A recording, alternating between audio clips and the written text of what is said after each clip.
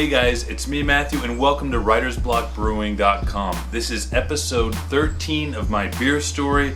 I'm still down here in Brazil, enjoying the beaches, getting a beautiful suntan, and tasting a few Brazilian craft beers as well.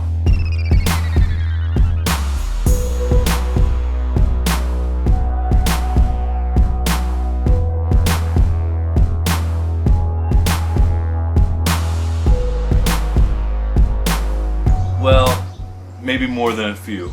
Now in this episode we're going to be tasting that American IPA that we brewed here at my in-laws home brewery using the BeerBot electrical automatic system. Now if you haven't seen that brew day video, check that out at the link below in episode 12 of my beer story. So, first things first, let's get a pour of this American IPA.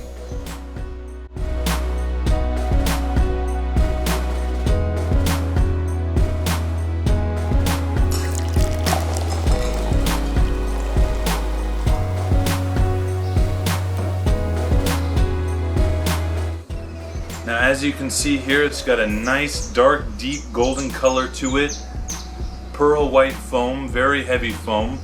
However, at first sight a little concerning. There seems to be a little bit of chill haze. It's extremely cloudy. However, we did use a wort chiller, so I'm not sure why it's so cloudy. As for the aroma, I'm picking up subtle hop character. This is very typical even of craft beers here in Brazil.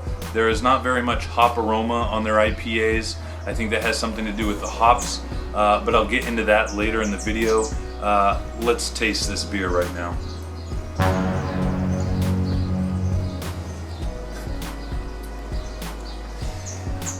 Not much hop character in the taste as well. It's a bit sour actually, so I don't think this is chill haze. This probably could be cause of wild yeast or some sort of bacteria. I don't know if that was because of poor sanitization or what. This could possibly be contaminated with acetobacteria, a bit vinegary. Don't pick it much up in the nose, however, it is really sour. Why don't you guys comment below on what you think this could be? Super cloudy, bit sour. It's drinkable. I don't know if a sour IPA is a thing. However, it's not that enjoyable, unfortunately.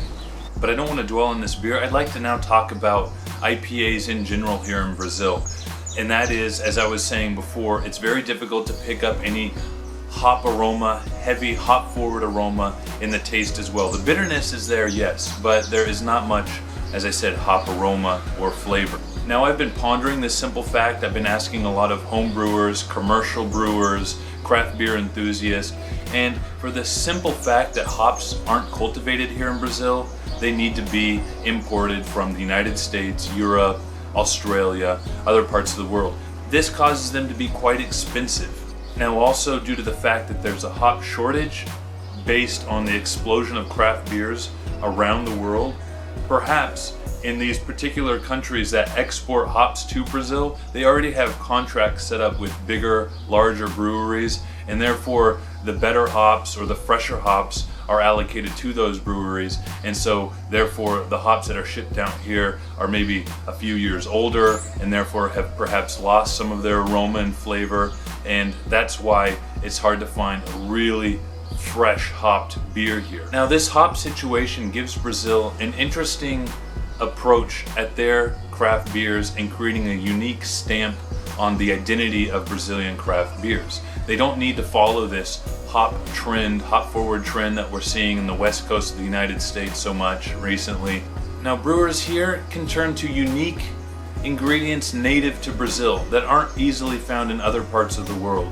Fruits are a big example of this. Now an innovative example of this, even in the IPA category, is a brewery in Curitiba called Bode Brown, which in collaboration with Stone Brewery from San Diego created an IPA but used cacao from Brazil, creating their cacao IPA. It wasn't a hop forward IPA. The cacao mask what would otherwise be the hop aroma, and it turns out to be this delicious, great beer, even though it's an IPA category. Another example of using an IPA as the base of an innovative beer is Dois Cabeças out of Rio de Janeiro. They brewed an IPA with passion fruit, but even outside the IPA category, Brewery Javinha has a Weiss beer that they brewed with Guaraná.